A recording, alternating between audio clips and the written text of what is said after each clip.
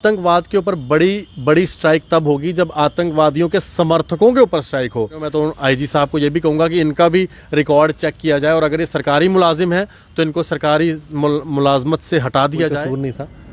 अब वक्त आ चुका है कि इन आतंकियों को चुन चुन के इनका खात्मा किया जाए और इनके समर्थकों का भी खात्मा किया जाए। इनका ख़त्म होना बहुत ज़रूरी है। जिसमें एक पुलिसकर्मी को गोली मार दी, उसमें भी फिरन में जो है एक आतंकी आता है और बंदूक लेकर आता है। अब किसी को क्या पता फिर ये है, क्योंकि जब हम इस चीज़ पे बात करते हैं तो कई सारे राजनीतिक दल सामने आ जाते हैं और वो ये कहते हैं कि भाई कश्मीरियत को टारगेट किया जा रहा है। इसमें कश्मीरियत को टारगेट क्या किया जा रहा है? भाई फिरन के अंदर कोई बंदूक लेकर आ रहा है और गोली मार रहा है तो उसे तो दहशतगर्दी कहेंगे। और जब कश्मीर के अंदर चेकिंग की जाती है तो फिर पत्रकारों को भी परेशानी होती है कश्मीर के। और कभी कोई ये बोलते हैं कि कश्मीर जो है फिलिस्तीन बन गया है, वहाँ पर इतना चेकिंग हो रही है। चेकिंग से प्रॉब्लम क्या है भाई? हमारी चेकिंग करेंगे, हमारे बैग में तो तिरंगा झंडा मिलेगा। मैं तो पुलिस से कहूँगा अच्छे से चेकिंग की जाए और जो ओवरग्राउंड वर्कर है ना, इनकी सेवा भी अच्छी की जाए। ऐसी सेवा की जाए डंडे पर तेल लगाकर कि ये हमेशा याद रखें कि भैया इन्होंने कौन सा काम किया। कश्मीर घाटी में आए दिन आतंकवादी जो हैं वो सिक्योरिटी फोर्सेस को निशाना बना रहे हैं, भले ही वो ट्रैफिक पुलिस के पुलिसकर्मी हों या फिर पुलिस में काम कर रहे हों या फिर रेलवे पुलिस के पुलिसकर्मी हों। आतंकियों की बौखलाहट देखिए कि किस तरह से पुलिस कर्मियों को अब टारगेट किया जा रहा है, सिक्योरिटी फोर्सेस को ज़्यादातर निशाना बनाया जा रहा है, माइनॉरिटीज़ को टारगेट किया जा रहा है, क्योंकि ये हमेशा से ही पीठ पर वार करना जानते हैं और इसके अलावा इन्होंने कुछ सीखा नहीं है और लगातार जो है पुलिस पर अटैक करने की कोशिश करते हैं, सुरक्षा बलों को निशाना बनाने की कोशिश करते हैं। और आज हम एक नई सीरीज़ के साथ फिर से आपके सामने मौजूद हैं, तीसरे एपिसोड को लेकर, जिसमें हम खास बातचीत करते हैं डोगरा जर्नलिस्ट आशीष कोहली जी के साथ। इन्हीं सब पे बातचीत करेंगे आज इनसे। आशीष जी, बहुत बहुत स्वागत है आपका। धन्यवाद आपका अंकुश जी, आपका चैनल का धन्यवाद है। और मैं चाहूँगा कि सभी लोग चैनल को लाइक करें, सपोर्ट करें, अपनी तरफ से कोई डिस्कशन का टॉपिक दें ताकि हम उस चीज़ के ऊपर भी बात कर सकें। आपने जो आज आतंकवाद का जिक्र किया है, सबसे पहले तो मैं ये बता दूं कि ये वो कायर आतंकी हैं जो निहत्थे लोगों पे वार करते हैं। पिछले दिनों से जो टारगेटिंग किलिंग्स कश्मीर में शुरू की गई, वो उनकी जितनी निंदा की जाए इस टारगेटिंग किलिंग्स की कम है। मैं सभी को श्रद्धांजलि देता हूं जितने लोग इसमें शहीद हुए, चाहे हमारे वो टीचर्स थे, चाहे वो एक गोलगप्पे की रेडी वाला था, लेबरर्स थे, या सूमो टैक्सी ड्राइवर के प्रेसिडेंट थे, या फिर वो पुलिसकर्मी थे, या प्रोबेशन में सब इंस्पेक्टर थे एक, या जो पिछले कुछ दिनों पहले रेलवे पुलिस के जवान के ऊपर हमला हुआ। इन सभी को श्रद्धांजलि देता हूं और जो मेरे जवान दिन रात काम कर रहे हैं उन सबको मैं सल्यूट करूंगा जो कश्मीर में काम कर रहे हैं। देखिए, जो ये कायर आतंकी हैं, ये लगातार हमारी सिक्योरिटी फोर्सेस और आम लोगों पर हमला करते हैं, जिनके अंदर आपने देखा होगा कि पिछले दिनों से एक कायर तंजीम जो TRF के नाम से वो लगातार थ्रेट्स दे रही है। चाहे वो थ्रेट्स की हम शुरुआत करें जब इंडिया पाकिस्तान का मैच हुआ और जो एक बच्ची ने जम्मू से आवाज़ उठाई, उस बच्ची को थ्रेट दी गई, और बाकी हमारे नेशनलिस्ट जो लोग हैं उनको थ्रेट दी गई। तो ये वो कायर लोग हैं जो इस तरह के काम करते हैं। मैं हर बार इनके खिलाफ़ बोलता हूं तो इनको तकलीफ़ भी बड़ी होती है, क्योंकि आतंकवाद के ख़िलाफ़ जब मैं बोलता हूं तो मैं आतंकवाद के ख़िलाफ़ बोलता हूं। मैं किसी धर्म के ख़िलाफ़ या किसी रीजन या किसी भी कम्युनिटी के ख़िलाफ़ नहीं बोलता, मैं आतंकवाद के ख़िलाफ़ बोलता हूँ। और आतंकवाद के ऊपर बड़ी बड़ी स्ट्राइक तब होगी जब आतंकवादियों के समर्थकों के ऊपर स्ट्राइक हो, क्योंकि आतंकियों के जो समर्थक हैं इस समय इतने एक्टिवली काम कर रहे हैं जो इन आतंकियों को हर किस्म की सपोर्ट देते हैं, लॉजिस्टिक सपोर्ट हो या फिर बाकी रैकी करना, तो ये इनका काम है। तो इन सब चीज़ों में मैं भारत सरकार और हमारी जम्मू कश्मीर पुलिस का धन्यवाद भी करूंगा कि पिछले दिनों में 100 से ज़्यादा जो है OG वर्कर्स को जो है अरेस्ट भी किया गया। ऐसे और भी OG वर्कर्स हैं जिनको अरेस्ट करना चाहिए, चाहे वो इस वीडियो में कमेंट भी कर रहे हो और जो आतंकवादियों का समर्थन कर रहे हो। मैं तो IG साहब को ये भी कहूँगा कि इनका भी रिकॉर्ड चेक किया जाए और अगर ये सरकारी मुलाजिम है तो इनको सरकारी मुलाजमत से हटा दिया जाए। और मैं एक सवाल करना चाहूँगा, जो लोग इन आतंकियों को सपोर्ट करते हैं वो मेरी इस बात का जवाब दें। एक महिला सिख प्रिंसिपल को जो आतंकियों ने मारा, सुखप्रीत कौर, उस महिला सिख प्रिंसिपल का क्या कसूर था?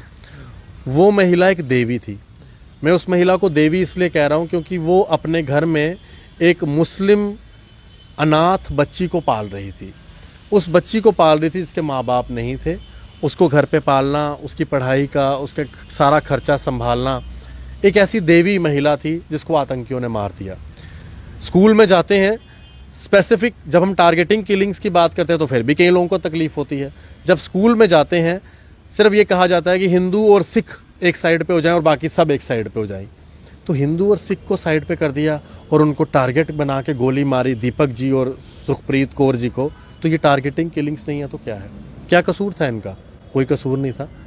अब वक्त आ चुका है कि इन आतंकियों को चुन चुन के इनका खात्मा किया जाए और इनके समर्थकों का भी खात्मा किया जाए, क्योंकि इनके समर्थक कुछ सरकारी डिपार्टमेंट्स में हैं, कुछ गैर सरकारी डिपार्टमेंट्स में हैं, और जो सरकार के खाते में तनख्वाहें ले रहे हैं इनका ख़त्म होना बहुत ज़रूरी है।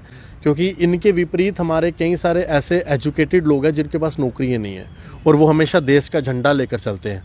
और उसी के विपरीत आप जो तिरंगे झंडे की रिस्पेक्ट नहीं करते, जो आतंकियों को समर्थन करते हैं, उनको अगर सरकारी नौकरी मिल रही है तो इनसे सरकारी नौकरी छीन के उनको देनी चाहिए जो उस सरकारी नौकरी के काबिल हैं। ये बड़ा एक इम्पॉर्टेंट चीज़ है जो मैं कहूँगा लेफ्टिनेंट गवर्नर साहब ने भी पिछले दिनों कई सारे इन आतंकी समर्थकों को जो है निकाला भी है सरकारी नौकरियों से, और कई सारे हुर्रियत के लोगों को भी निकाला है। तो अगर इस तरह के भी कोई लोग अभी भी सरकारी नौकरियों में हैं तो उनको फटाफट उनको देखें कौन है और उनको निकालना चाहिए। आशीष जी, आपको क्या लगता है जिस तरह से टारगेटेड किलिंग्स जब की जाती हैं तो इसके पीछे आपको क्या लगता है, जिस तरह से एक ऐसा चोला पहनकर एक आतंकवादी आता है जिसमें वो बंदूक छुपा कर आता है और कभी भी किसी को भी टारगेट कर, जिसको भी किया होता है उस पर गोली बरसा के चला जाता है। कश्मीर में, श्रीनगर में हाई एडवांस टेक्नोलॉजी के कैमराज इंस्टॉल करने की बात कही जा रही है जो कि फेस रिकॉग्नाइज करेगा अगर उस तरह की कोई गतिविधि होगी। तो आपको क्या लगता है कि लिबास पर भी कहीं ना कहीं चर्चा होनी चाहिए कि फिलहाल कुछ देर के लिए ही सही बल्कि उसे देखा जाए? सही कहा आपने। एक पहले भी एक किलिंग हुई जिसमें एक पुलिसकर्मी को गोली मार दी, उसमें भी फिरन में जो है एक आतंकी आता है और बंदूक लेकर आता है। अब किसी को क्या पता फिरन में क्या है। पिछले कल भी जो एक रेलवे एम्प्लॉय के ऊपर हमला हुआ, भगवान का लाखला शुक्र है वो बच गए, वो भी फिरन डाल के आया था आतंकी। आपने सीसीटीवी फुटेज देखा, फिरन के अंदर अगर इस तरह से बंदूक लेकर आ रहे हैं तो ये तो बड़ा एक सीरियस कंसर्न है। सीरियस कंसर्न इसलिए है क्योंकि जब हम इस चीज़ पे बात करते हैं तो कई सारे राजनीतिक दल सामने आ जाते हैं और वो ये कहते हैं कि भाई कश्मीरियत को टारगेट किया जा रहा है। इसमें कश्मीरियत को टारगेट क्या किया जा रहा है? भाई फिरन के अंदर कोई बंदूक लेकर आ रहा है और गोली मार रहा है तो उसे तो दहशतगर्दी कहेंगे ना। तो अगर दहशतगर्द ने फिरन के अंदर बंदूक रखी है तो उस चीज़ को तो सीरियसली लेना पड़ेगा ना, और हमारी पुलिस को सीरियसली लेना पड़ेगा। और जब कश्मीर के अंदर चेकिंग की जाती है तो फिर पत्रकारों को भी परेशानी होती है, कश्मीर के वहाँ के लीडरों को भी परेशानी होती है, भाई चेकिंग क्यों हो रही है? आप मुझे बताइए चेकिंग में क्या प्रॉब्लम है? जम्मू में चेकिंग होती है, हम सब लोग कोऑपरेट करते हैं, रात के 2 बजे हो, रात के 3 बजे हो, क्यों चेकिंग क्यों नहीं करवानी? मतलब आपके पास ऐसा क्या है कि आप चेकिंग नहीं करवाएंगे? क्यों नहीं चेकिंग करवाएंगे? इसका मतलब आपके बैग में ग्रेनेड है? इसका मतलब वो एक पत्रकार जिसको पकड़ा गया, जो पत्रकारिता कर रहा था कितने सालों से, उसके बैग में से 3 ग्रेनेड निकले, वो कहाँ से आए? क्या इसलिए चेकिंग पे परेशानी होती है?